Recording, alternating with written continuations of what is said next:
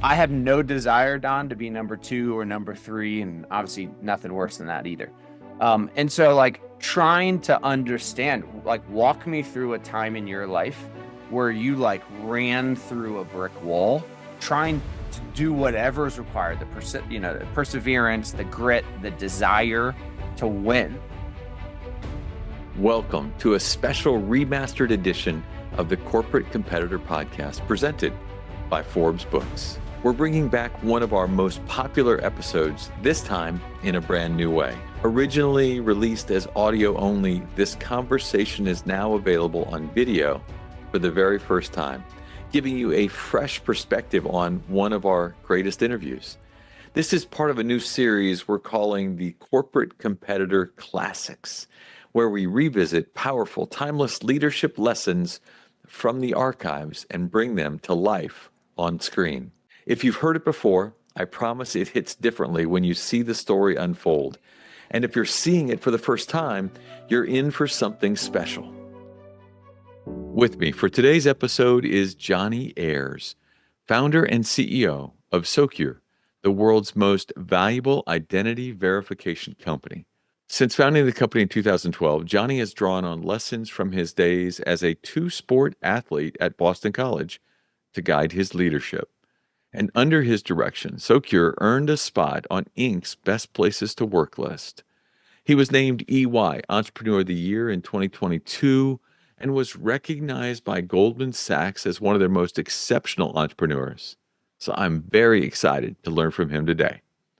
Remember to visit corporatecompetitorpodcast.com/notes for my favorite quotes and reflection questions to help you apply today's insights.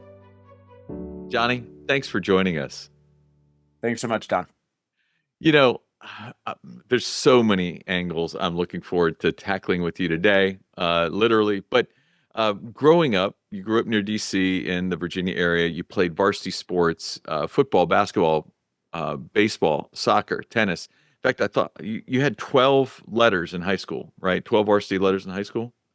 Yes, yeah, I had the opportunity to start and play as a freshman across all three. So very, very unique, bright-eyed, bushy-tailed 14-year-old playing with a bunch of 18-year-olds. But it was quite the challenge and quite the opportunity from the early days.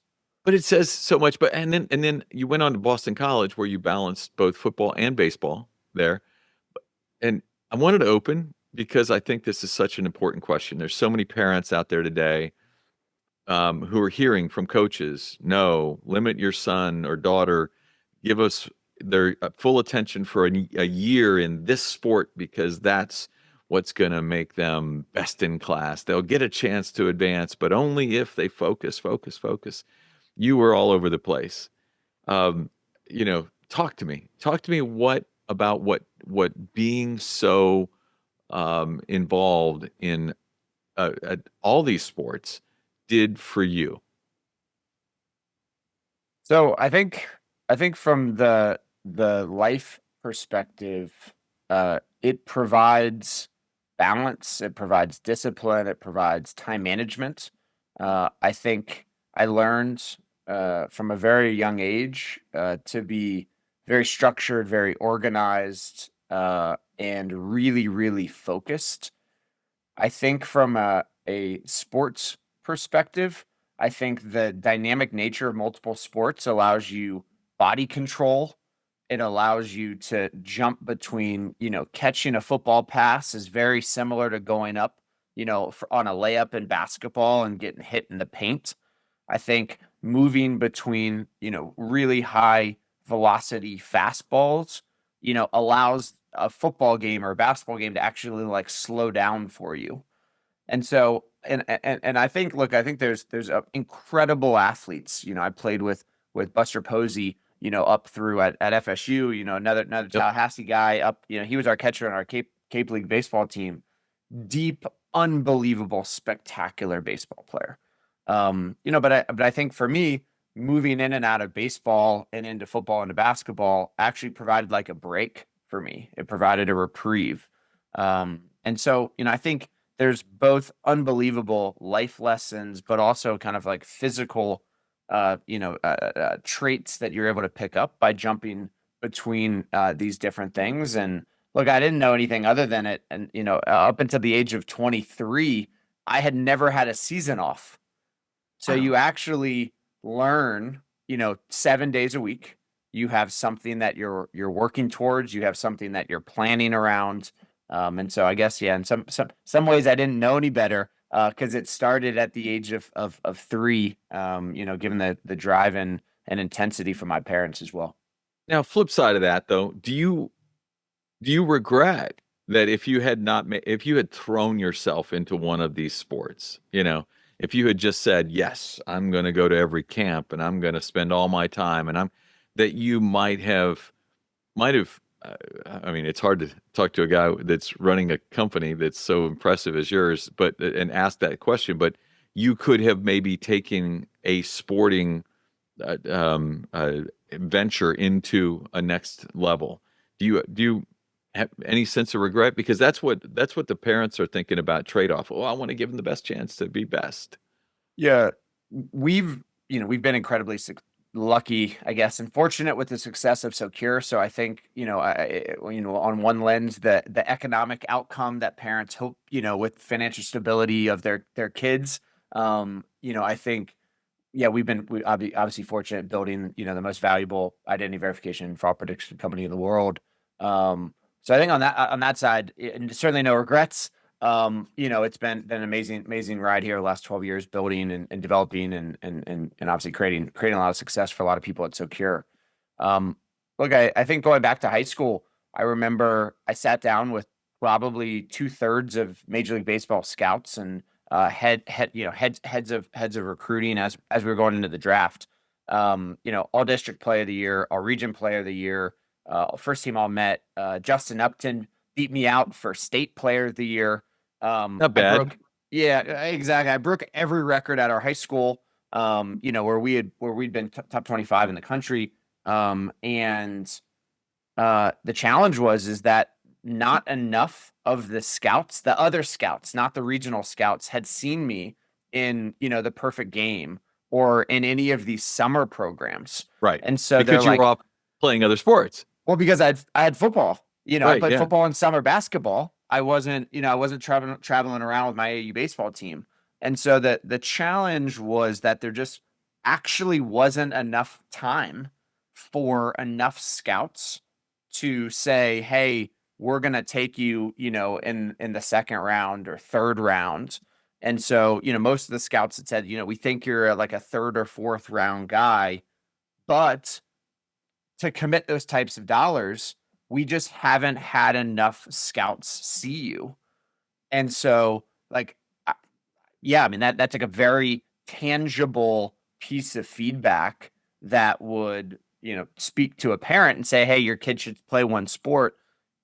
Just given the amount of time you need to be able to get in front of scouts to be able to play in a lot of these, weekend games and showcases. So I'd say there's definitely logic there. There's definitely a tangible feedback that I received there. Is there any regret? Absolutely not. I had the opportunity to play quarterback. I played safety. I kicked. I punted. I returned punts. Kickoff return was my You were only Travis Hunter playoff. before Travis Hunter. I would dream of having Travis Hunter's athleticism, speed, hands. But yeah, I mean, maybe an aspiring Travis Hunter, for sure. But it was like, imagine playing football where you only get one playoff a game. What fun! Yeah. What incredible fun! And so to then go be the starting point guard. I scored over 1,000 points. I led our team in every category but rebounds. And then to go get to be the switch hitting shortstop, leadoff hitter, break every record at your high school. Like, who gets an opportunity to do that? Do all that. Yeah. Right. And at Is there Boston, is there a particular game? I want to stick in high school so far because I love the way you're moving from all these different sports. And I know your high school baseball coach, Hall of Famer, all those state championships. Is there a particular game that you can remember where this ability to be so multifaceted really helped you? I think that going back to some of the program elements, I think was actually kind of more where my head goes versus like an individual, like kind of athletic feat. It was more like the development of the team, the development of kind of our leadership group. Our sophomore year, we went 29-0. We were the only undefeated team in the country. And we just had an unbelievable collection of athletes. No one in that senior group went to play major D1 sports. By the way, and this is a big public high school, right? Thousands of kids in public high school, and no like real elite standout individual players. Just an unbelievable group end to end of athletes. It played well together. Played incredibly well together and were just really well-rounded, like fast, could jump, could run, obviously could play defense, could scrap out hits. And so I think, when I looked across the team in the program that we built there at James Madison, the thing that I remember when I look back is the ability for the combination of some really good dynamic athletes coming together around a program, a culture of winning, a culture of doing things the right way, a program that was really built on what it meant to be, a war hawk. And I'd say, like, I don't know, that's versus kind of an individual game or athletic feat. That was really kind of one of the things that I took away, having had perspective across different sports, across different coaches. I don't know, that's been one of the things that's like really stuck with me, which is that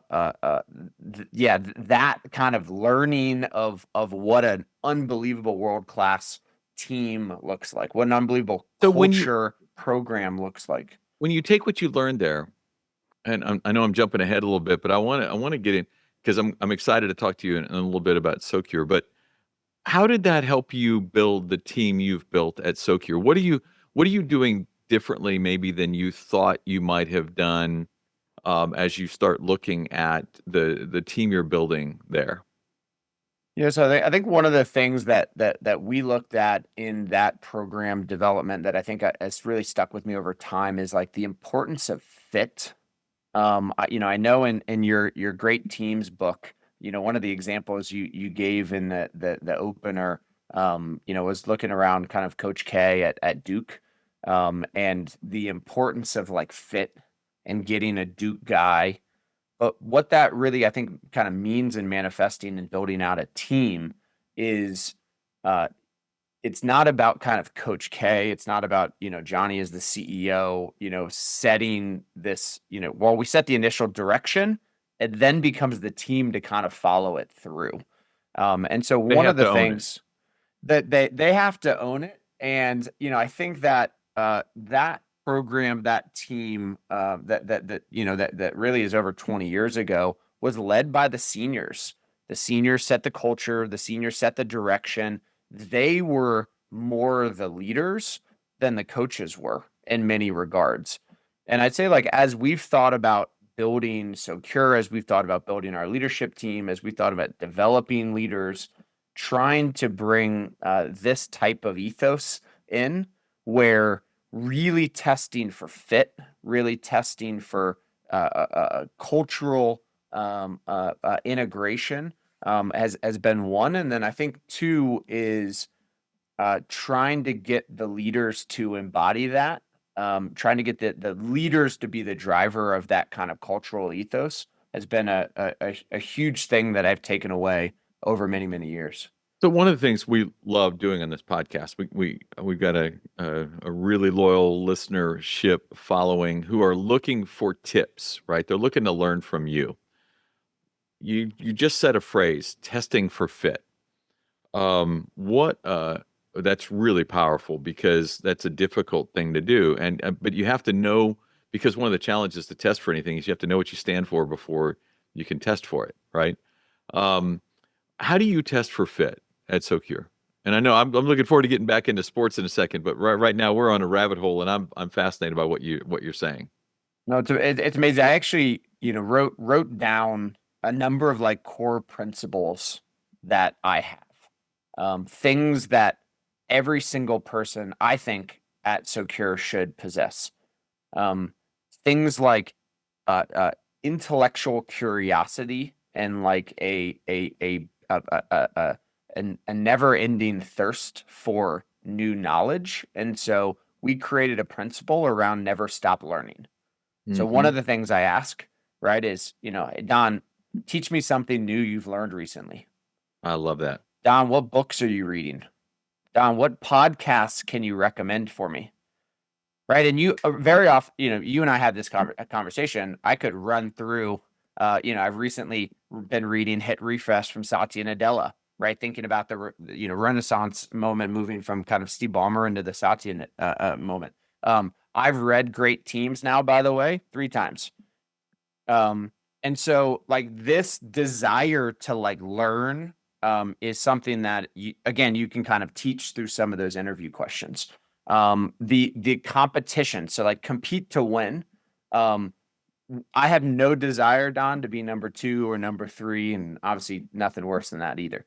And so like trying to understand, like walk me through a time in your life where you like ran through a brick wall trying to trying to do whatever is required, the perseverance, the grit, the desire to win. Walk me through a story where you became the best and your team and your region and the country and the world at something. Anything. It could be anything, making grilled cheeses, right? It could be, a 5K. It could be something that just shows that like intensity to be the best. And so we have 8 principles. And so I'd say I have a number of kind of questions and prompts that try to suss out, um, is this person gonna fit in, at their core. Right. Um, And what I love about the way you're asking the questions too is that you can't, because you're saying, tell me about, right?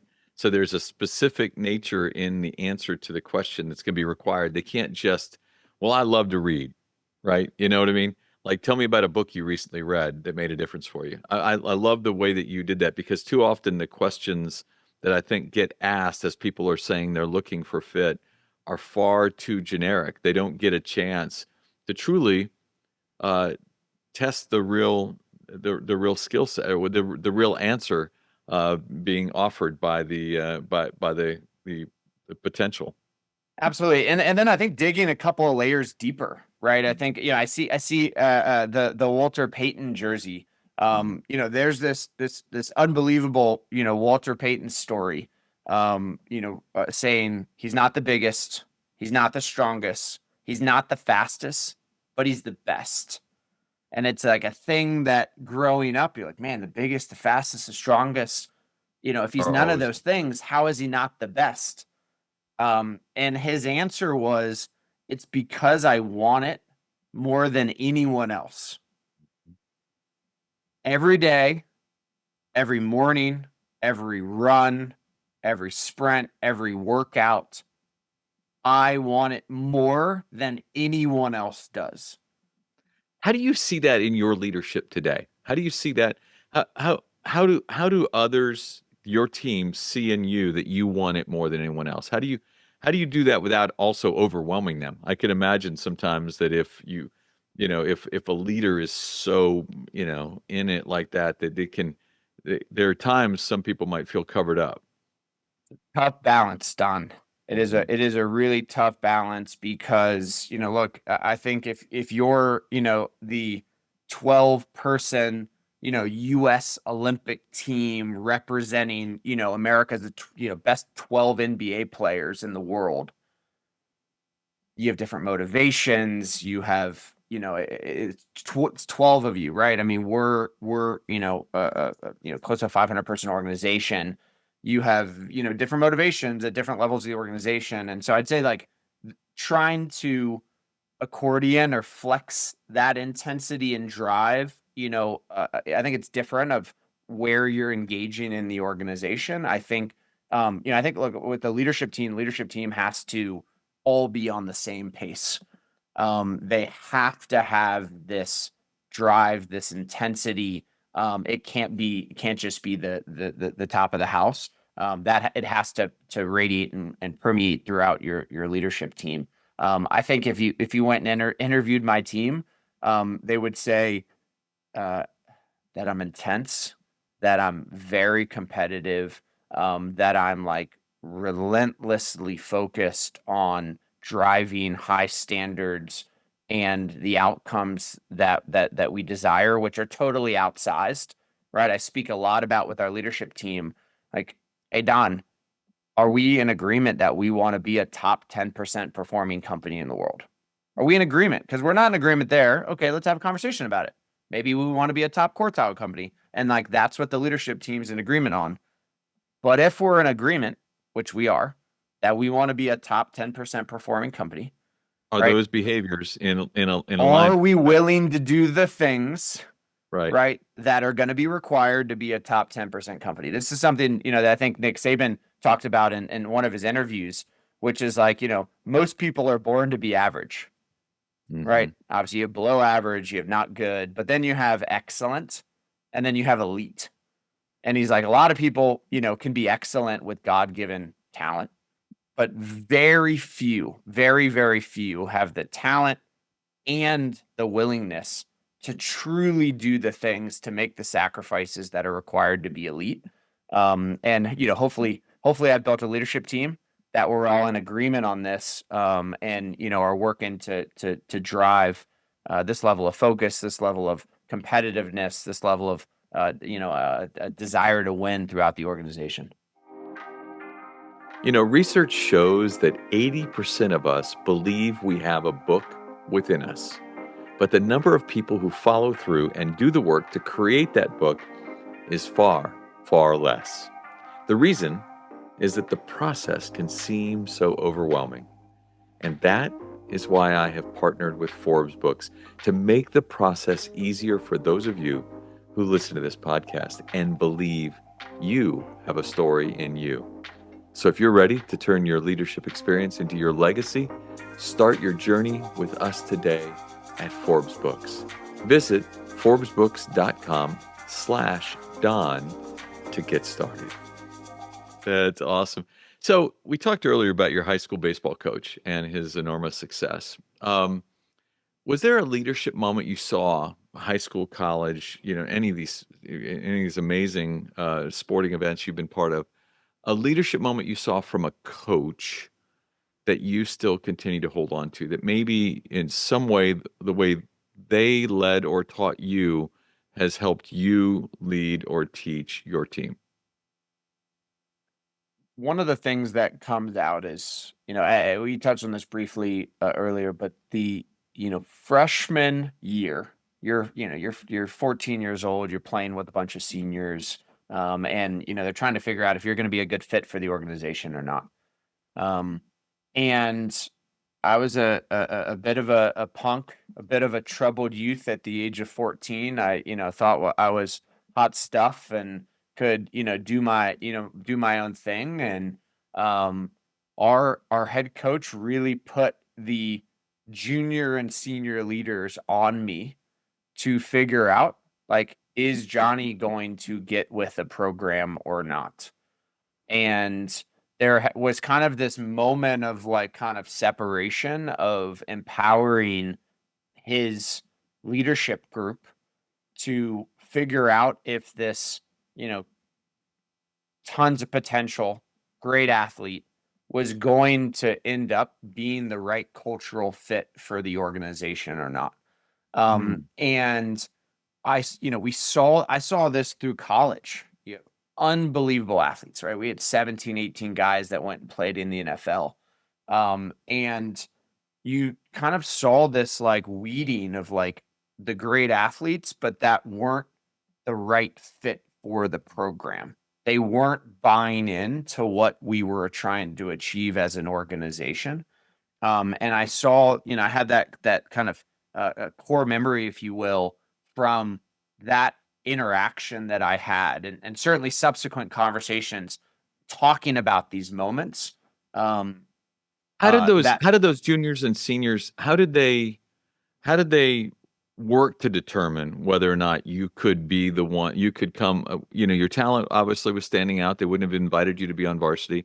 How could they tell if you were capable of actually being part of the program?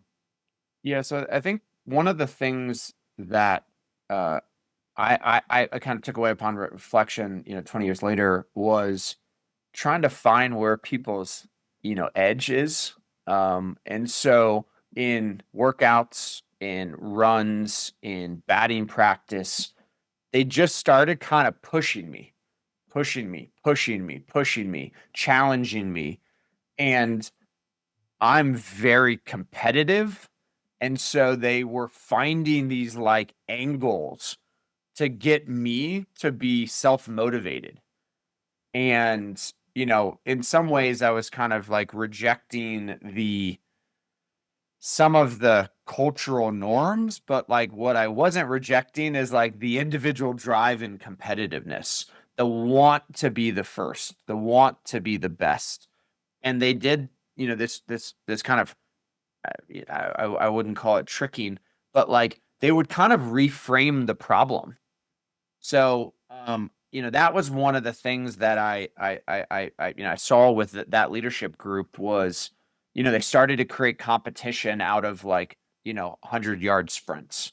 Mm. They started to create competition of like how many people could put, in 10 batting practice balls, how many out of the 10 could you put in the backside gap? Right. So they started kind of creating these like little micro competitions that got like deeper and deeper and deeper engagement into the team. They and so that there's like lots and lots of little micro behaviors that I found, and I think one of the big takeaways for me was around trying to figure out how to appeal to that individual's motivations, and that Mhm. sometimes that appealing process can be totally different for each of your individual players and for some of your top people, some of your top leaders, some of your type high performers. You may need to do something totally different. I saw it, in our senior year at Boston College. We had an unbelievable safety, very good friend of mine, Will Blackman, played in the NFL 12 years, Mhm. 13 years. And we had Matt Ryan as our quarterback. Mhm. And Will was, an amazing secondary defensive back, and they gave him an opportunity to play wide receiver. Mm. And you just saw this like spark in him, a spark in the team, a spark, and obviously giving, our offense this unbelievable asset. And for me, they did something similar to me in baseball, where they knew in order to get me to fully dive into winter workouts, and where they needed the leader there for winter workouts, they were like, Johnny has always wanted to pitch. And so they were like, Johnny, you can pitch this year if you come to all these winter workouts. Mm. And so, I think like there's these like little leadership coaching decisions where you put a position, you can kind of motivate an individual to an outcome that the team needs to achieve by like appealing to an individual motivation with the individual. That I think has been yeah, I mean, some of these have been, unbelievable learning lessons for me. Oh, and what stands out in that answer is that in order to make that work, you have to know, like if you really didn't give a hoot about pitching, right? The idea of dangling that out there doesn't do anything for you. So you have to know what that individual motivation is. So there's leadership lesson one, right? And then second, you have to create a pathway to let them, so that they don't embarrass themselves, but at the same time, you have to know they're probably reasonably capable if the opportunity comes that way. Absolutely. Yeah. These are great summaries. And I think these are some of I think the leadership principles that for me have stood the test of time in trying to figure out how to take great young talent and stretch them and expand them for the greater good of the organization. Is there an example of, I love these micro competitions, right? These little ways of, but again, like the idea of trying to see how many of them, if as a team we like to hit, into the backside gap, right? If that's a strategy that we actually creating a competition to see how many people can hit out of 10 into that spot on the can take a ball and put it in that spot on the field. Are there micro competitions like that you have figured out how to run within your sales team, for example? This is one of the most difficult challenges that I've found in corporate America a little bit. I love scoreboards, Hmm. as someone that is like deeply competitive. I love to They put tell the us if we're winning score or on the losing. board. Right. I think one of the hardest things is, if it's just not an individual sport. Right? So many of these kind of micro competitions are teams. And so while my head initially goes to like an individual sales rep against a quota and how we show quota attainment, which we very much do, we have tried to, evolve that into some of the pod structures that we've created. So we have a public sector pod, we have a fintech and payments pod. We have a large financial services pod. We have a gaming and marketplaces pod. And so we've tried to kind of create scoreboards across each of those to one, inspire a little bit of, competitive energy amongst the team, but not so much where it becomes, dangerous or cancerous, or toxic in an organization. Because look, marketing is a shared resource, product is a shared resource, the leadership team is a shared resource, and so yeah, it's been a difficult balance to find the right things to put the scoreboard on. I think with some of the leaders, we've definitely, I'd say I've taken more liberty with some of the leaders in saying, hey, look, your product is only delivering this, your 30% percentage growth or 30% revenue growth, whereas this product's delivering 75. I'd say like there's definitely been some micro competition there. I But like it. it's been more difficult than I would have thought, because some of these are like such team in endeavors. It's like trying to find that right balance between motivating, incentivizing teamwork while also incentivizing that individual outcome. You're not just a great athlete, we've established that, but you're also an incredible entrepreneur, right? I mean, you've been recognized thus by EY and others. When you were setting out to build Socure, what hole in the, I mean, all great entrepreneurs are trying to, patch a hole in the universe, right? Um, what what hole in the universe were you setting out to solve, and how did you recognize that hole? So the hole that we set out to solve, in retrospect, is a gigantic one, which was we wanted to be the first to be able to verify 100% of good identities in real time and completely eliminate identity fraud on the internet. Our view was that the traditional mechanisms of how identities were verified, how fraud was stopped, were woefully inadequate. We did a tremendous amount of research understanding the gaps in the market, Was as there an a young experience? individual. Was there an experience or something that where you saw this? Um, As a young individual, I was 26 when we started the company. It There just is not a lot of information available on you. Getting your first credit card is like a very difficult medical exam. My co-founder had been an immigrant where he experienced a lot of the same challenges, where it should be really easy to seamlessly authenticate yourself, verify yourself in any application on the internet. And in many cases for us, you had to get asked, hey, Don, which of these was the color of your first car? Right. Don, which of these is your great aunt that you haven't talked to in 20 years? Which of these, streets did you grow up on? And we were like, this is just a preposterous way to verify I am who I say I am. And when we looked at a lot of the fraud prevention controls, heavily rule based, very little machine learning.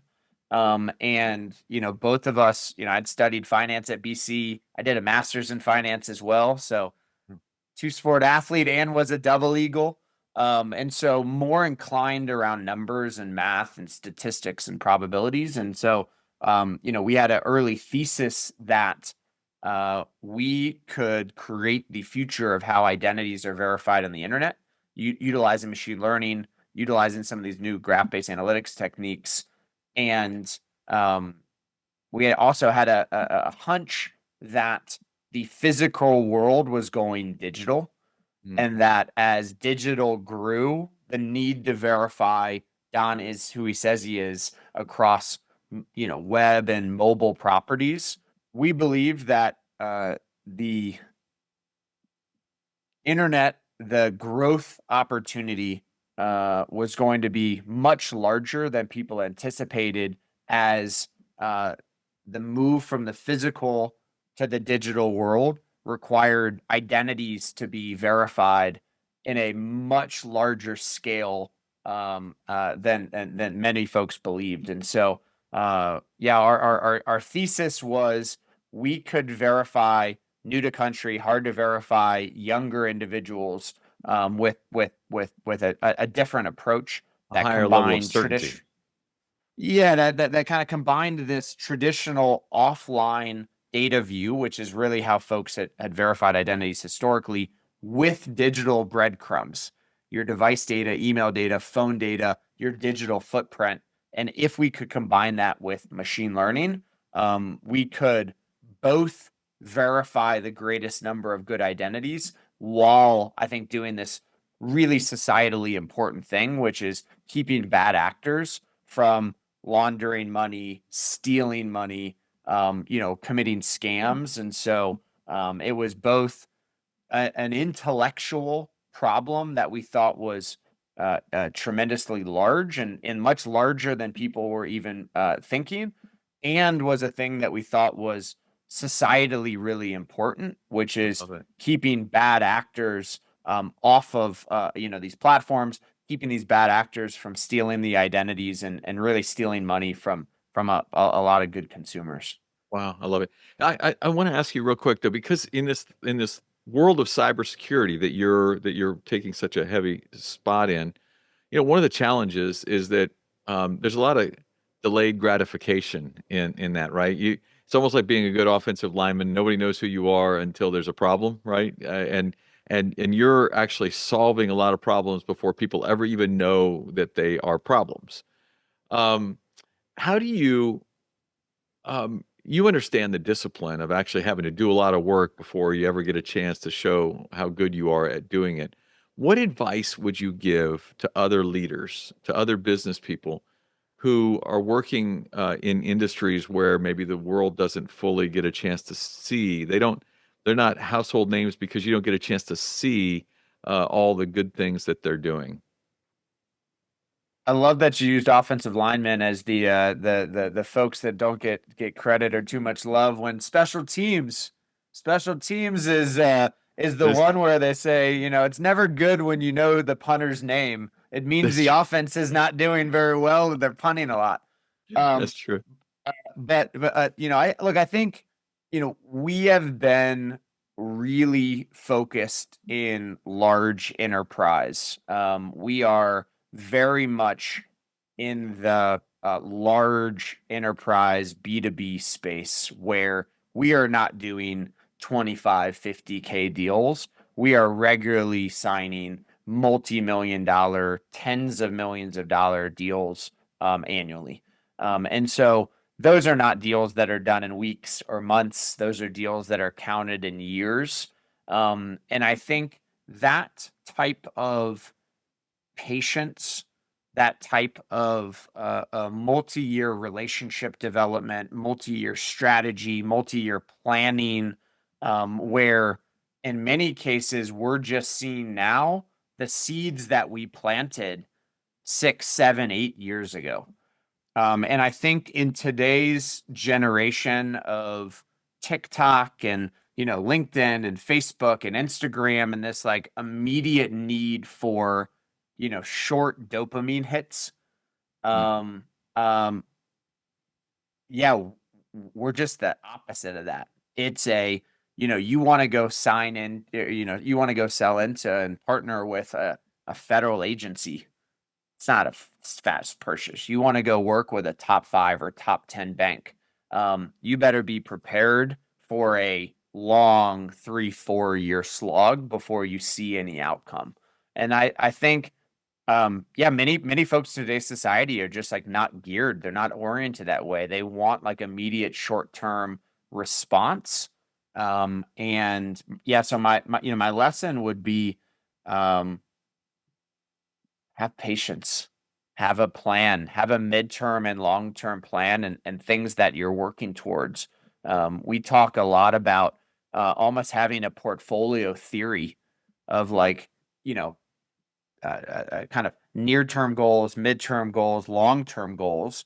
Whether you're building an investment portfolio or you're building, a book of business that you're working towards. But usually the things that are most valuable, the things that end up being the most rewarding in life are the things that took a long time and a lot of hard work to achieve. Develop. And so, I think that delayed gratification, I think that ability to have the psychological wherewithal to persevere toward a goal over a long period of time is something that I think is maybe a lost trait or a lost quality, but it's something that I think sports teaches you, because most folks don't see the work you do in the weight room. Right. I saw this Brennan Haywood video where he talked about in the later years of Michael Jordan on the Wizards, right, where he said everyone's like, oh, it's Mike, it's Mike, it's Mike, it's because he's Mike, and he's like, it's not because he's Mike, it's because he works his ass off in the gym every morning, before any of us are up. He's at the gym. Yep. Right. And there's famous stories about this with Kobe and the Olympic team, where some of the guys, be coming home in from playing all night or being out in Vegas all night long, and there's having Kobe some fun, and Kobe's going to the gym at 4:30 in the morning. And so I think like that type of work in in the enterprise and B2B, for me, folks don't see the day-to-day. They don't see the back channeling. They don't see the text. They don't see the relationship development. They don't see the like extra time you spend to go get a coffee or a dinner or send a thoughtful note to someone or share a white paper or article. But these are things that compound over time.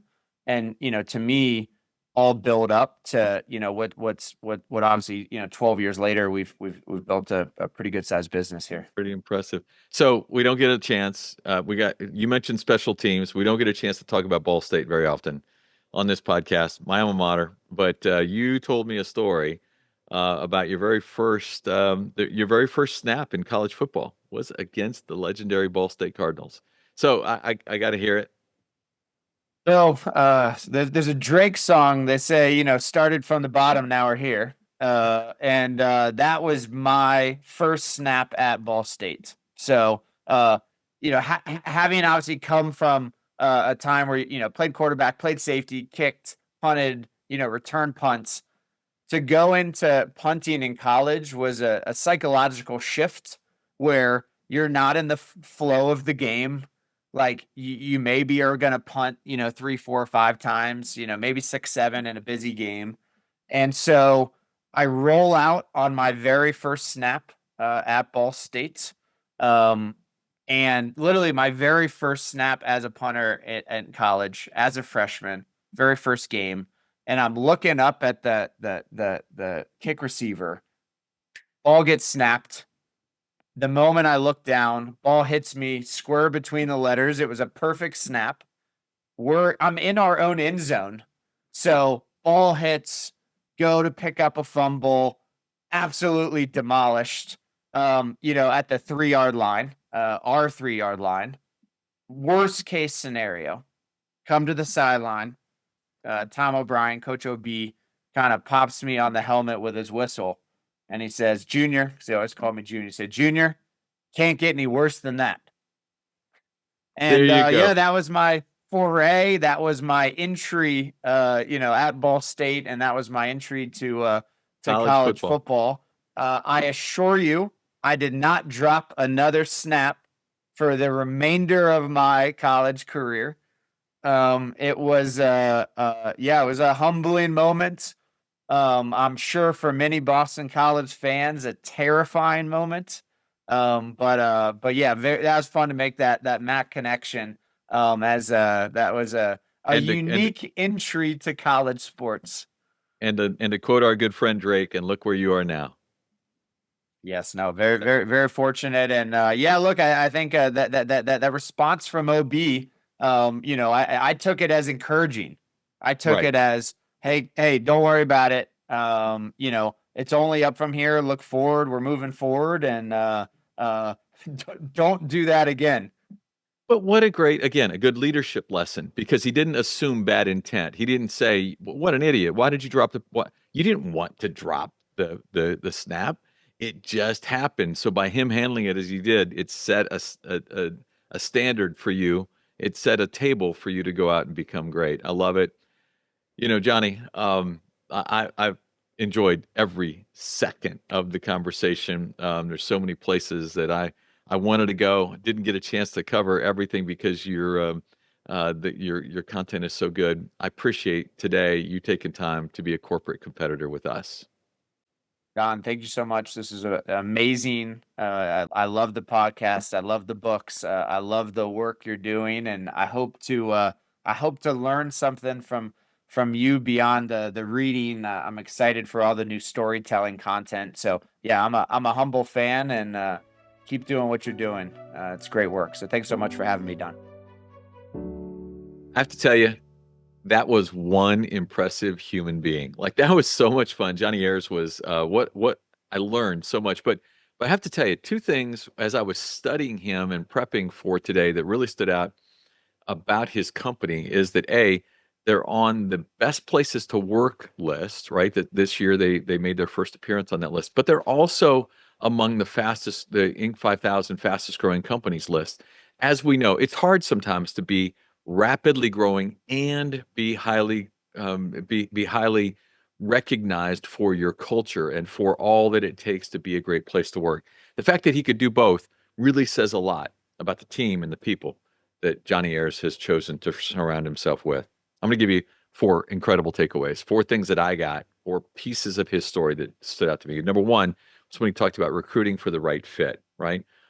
He talked about in his high school, here he was, this freshman kid, got a lot of talent, but the coach, who was highly recognized, had a very player-led culture, and they wanted to make sure that this 14-year-old kid knew what it meant to be a war hawk, right? To be on that team.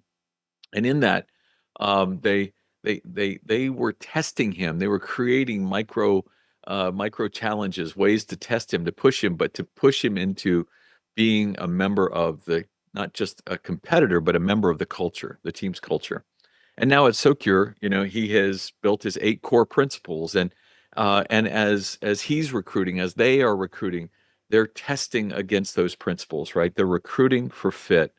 I love that one of those principles is that desire to continuously learn. And he talked about all the different books that he read. Blessed that one of them was mine. But my second great takeaway was just the hilarity of learning. I never heard of underwater hockey, but the idea that here he is at age 39, so competitive, and he so enjoys actually doing things that he and being active, that he has sought out a sport like underwater hockey. Never Who would have guessed that the New Zealand national team practices in Lake Tahoe? But what a neat experience for him to go push himself and actually find some way to be completely exhausted at the end of something that he's just learning and just trying. A third, I thought it was appealing that he talked about the importance to appeal to each person's motivation, and that if you're really going to try to get the best out of your team, um, find opportunities to give them a chance to play into something that really motivates them. They may be really good over here. Find them a little opportunity. He talked about his high school coach realizing that in order for him to get to winter workouts as often as they want, that they had to give him an opportunity to pitch. Now, the only reason that works is that they knew that he wanted to pitch. If you don't know the motivations of your team, it's hard for you to be able to dangle those as opportunities for them to get more invested and grow. So know the motivations of your teammates, and then if you get a chance, let them step outside of their space to do something special. And then finally, I thought it was really important that he talked about in the world of immediate gratification, right? A TikTok world where everything has to happen in short form, short time. You gotta feel good immediately. He's in a business that is filled with delayed gratification. It is about playing the long game. And he said that sports taught him that, right? It's all that time you spent in the weight room that absolutely allows you to become to perform on the field or court. And so that willingness to do what is necessary when no one's watching is what has allowed him to inspire and to lead a team of people who are sometimes on multi-year sales cycles. That is, some of his deals, he said, may take 6 years, and the planting of those seeds don't really bear fruit for years. That's hard in a world in which we always want immediate gratification. Johnny Ayers fired me up today. I'm not ready to go play underwater hockey, but I can't wait for an opportunity to continue to learn and grow with him. I appreciate you.